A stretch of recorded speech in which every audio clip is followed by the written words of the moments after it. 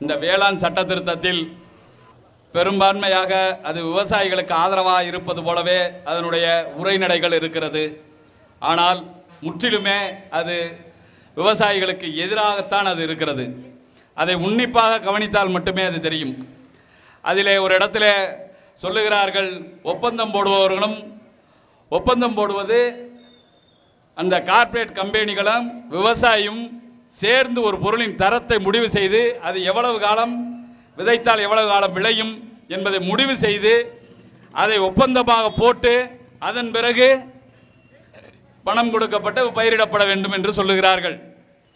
அவன் சொல்லும், அதாவது கார்ப்பரேட்டுகள், அதாவது கம்பெனிகள் சொல்லும் அளவிற்கு தரமாக பொருட்களை உருவாக்க வேண்டும். அவன் சொல்லும் அளவிற்கு கண்டிப்பாக நமது விவசாயிகளால் உருவாக்க முடியாது அப்படிங்கிற ஒரு நிலை ஏற்படும் பொழுது வேறு வழி இல்லாமல் இந்த அவனுடைய ஒப்பந்தத்திற்கு உட்பட்டு விவசாயம் செய்ய வேண்டிய அவசியம் ஏற்படும்.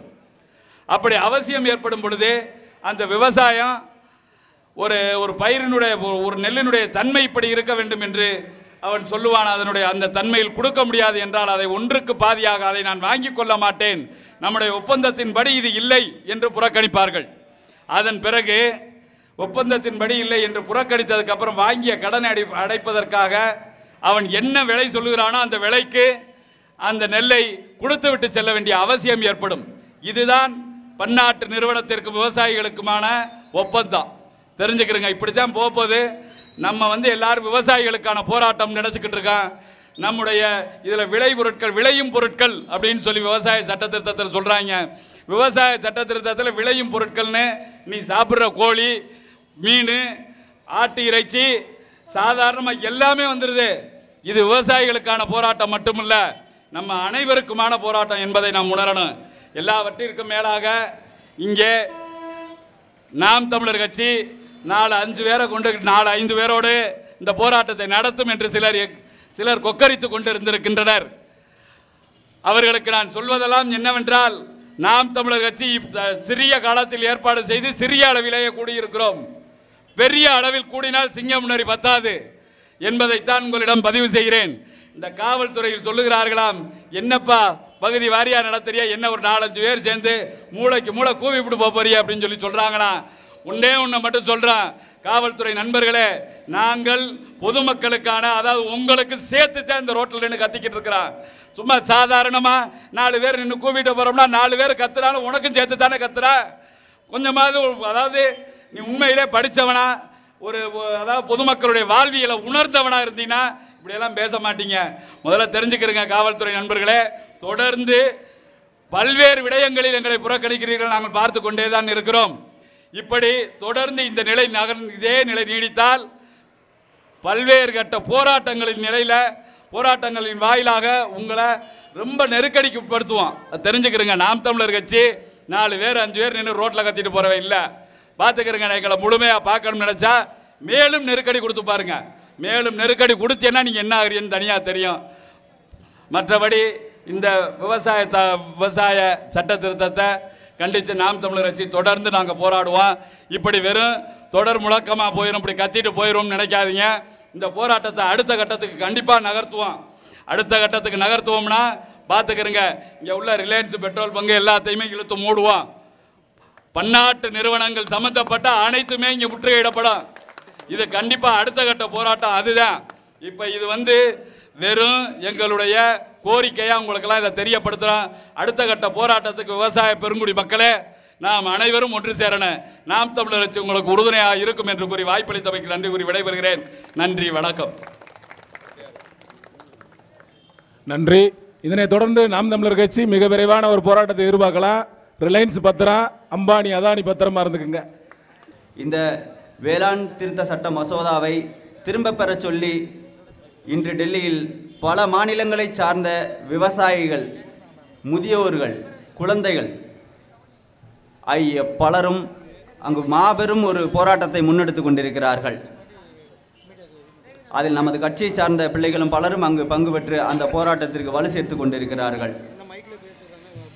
அந்த போராட்டத்தில் பங்கு பெற்று அவர்கள் வைக்கும் கோரிக்கைகளை என்னவென்று கேட்க நேரமற்று தெரியும் நமது பாரத பிரதமர் மோடி அவர்கள் மிகவும் கண்டனத்திற்குரியவர்.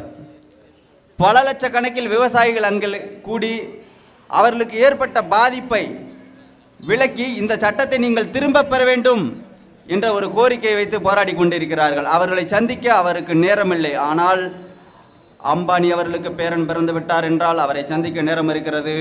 அதேபோல் மாபெரும் நடிகைகளை சந்திக்க அவருக்கு நேரம் இருக்கிறது. ஆனால் இந்த உழவர்குடி மக்களை சந்தித்து அவர்களோடு ஒரு பேச்சுவார்த்தை நடத்தி இந்த சட்டத்தை உள்ள சாதக பாதங்களை ஆராய்ந்து இந்த சட்டத்தை திரும்ப பெறுங்கள் என்று சொல்லும் அவர்களை சந்திக்க அவருக்கு நேரமில்லை.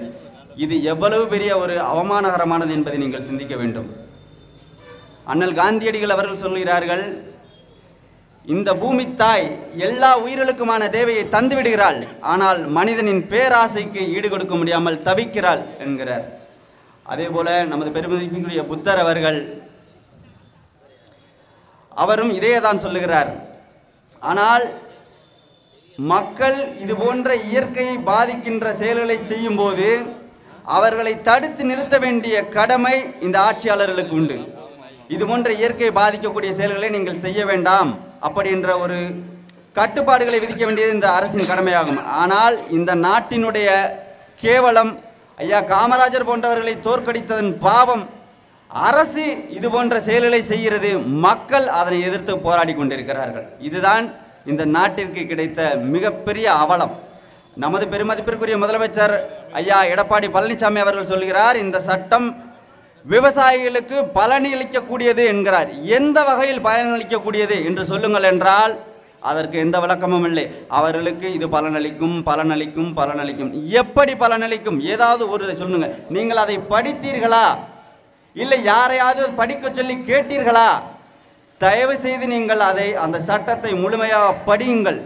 படித்துவிட்டு அதில் ஏற்படும் விவசாயிகளுக்கு ஏற்படும் அத்தனை பாதிப்புகளையும் உணர்ந்து இந்த மக்களை காப்பாற்றுவதற்கு நீங்கள் இந்த சட்டத்தை உடனடியாக திரும்ப பெற வேண்டும்.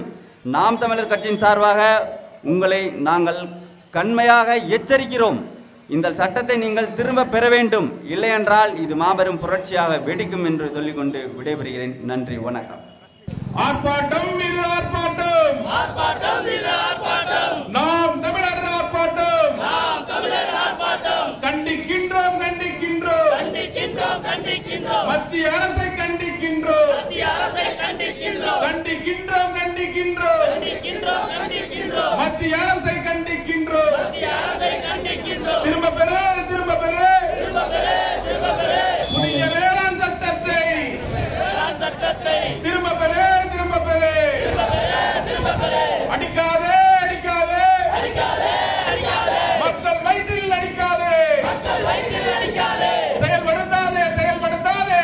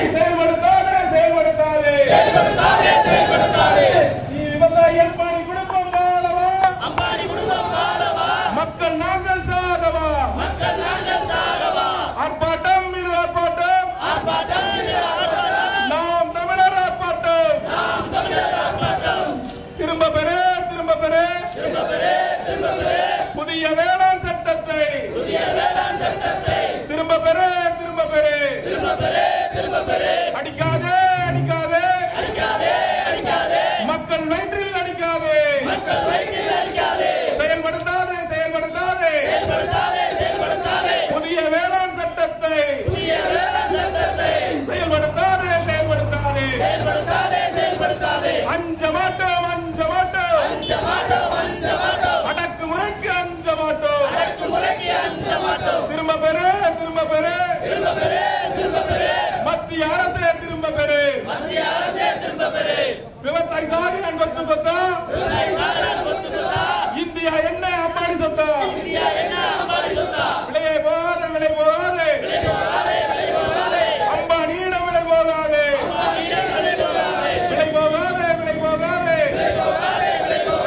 அதானியிடம் விலை போகாதே